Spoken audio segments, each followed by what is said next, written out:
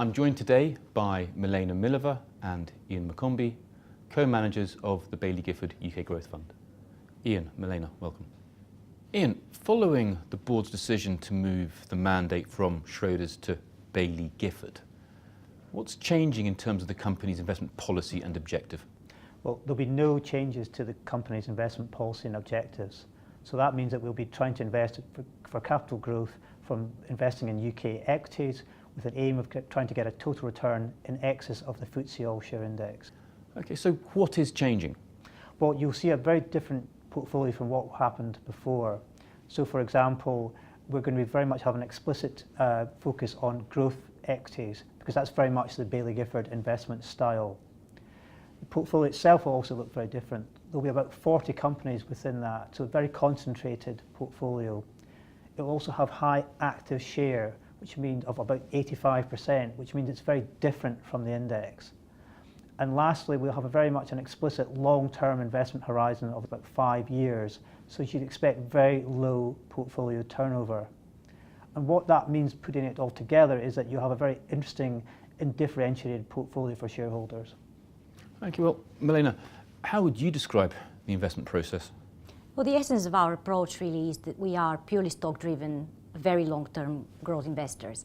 Our aim is to identify businesses with large opportunities, sustainable competitive positions, and very strong corporate cultures.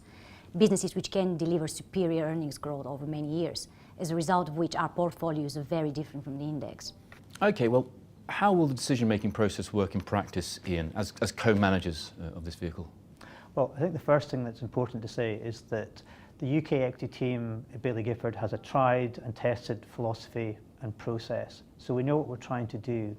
You also have a very experienced team, and I can't stress that enough. There's a team of 7, and there are 4 fund managers who have in total over 80 years of investment experience, all at Baillie Gifford. And what the benefit of that is that when we discuss a stock, we do it together. So that means you get the benefit of the combined investment knowledge and expertise of the Baillie Gifford team. Now, in terms of how we work together, Milena and I have worked very closely together for 6 years now. So we know each other and we know exactly what we're trying to do. And what we're trying to do really for the company is to put together a portfolio of our best ideas. And I think we're very excited about the portfolio we put together.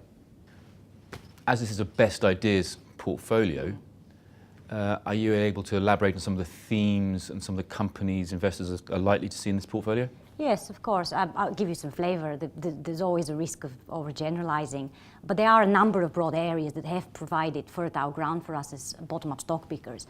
The first one is what we call growth niche financials, companies that we think stand out in a pretty commoditized industry. A great example here is Hargreaves Lansdown, which we think enjoys multi-decade growth opportunities in its platform business. A secondary is consumer businesses, consumer-facing businesses, provided they have strong brands and loyal customers. We think these types of companies can compound earnings over many years. A number of the consumer-facing businesses we are keen on have also leveraged digital technology to make their industries much more efficient and to really drive an excellent customer proposition. And relevant examples here are Just Eat, Auto Trader, Rightmove. Thirdly, we actually think the UK stock market is home to some really exciting but underappreciated business-to-business champions. So when you say business-to-business champions, what exactly do you mean by that? Yeah, well, these are sort of under-the-radar companies from the point of view that they have quite low levels of awareness amongst the general public, but in fact they have exceptionally high levels of awareness amongst the professionals that use their services. Indeed, we would argue many of these companies have world-leading positions in their fields. And a great example here is Gloucester-based engineering firm Renishaw.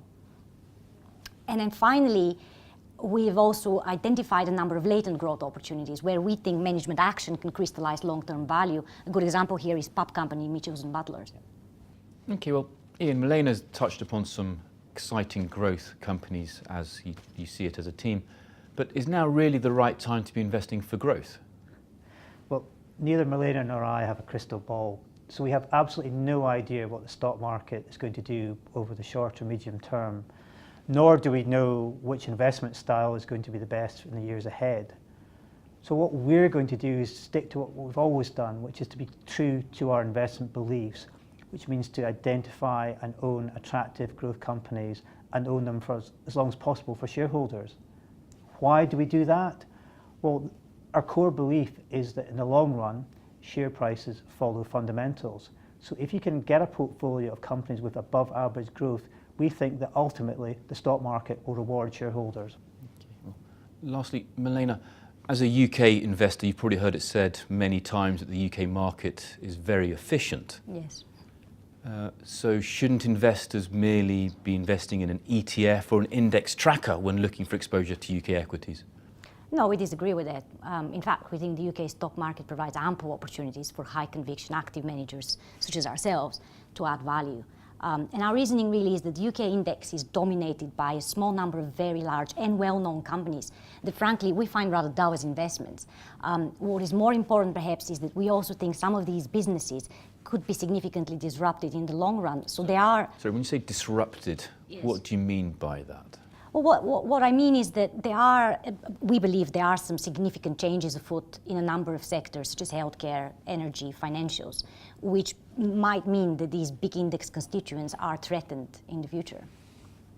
So, to our mind, for those investors who are willing to cast their eyes above the obvious and uninspiring names, there are actually a number of very exciting and underappreciated UK companies that we think can deliver superior earnings and market returns for many years. So, in summary, you're growth investors managing a concentrated, bespoke portfolio of best ideas, active investment, low turnover, 5-year investment horizon. Absolutely. Ian, Milena, thank you.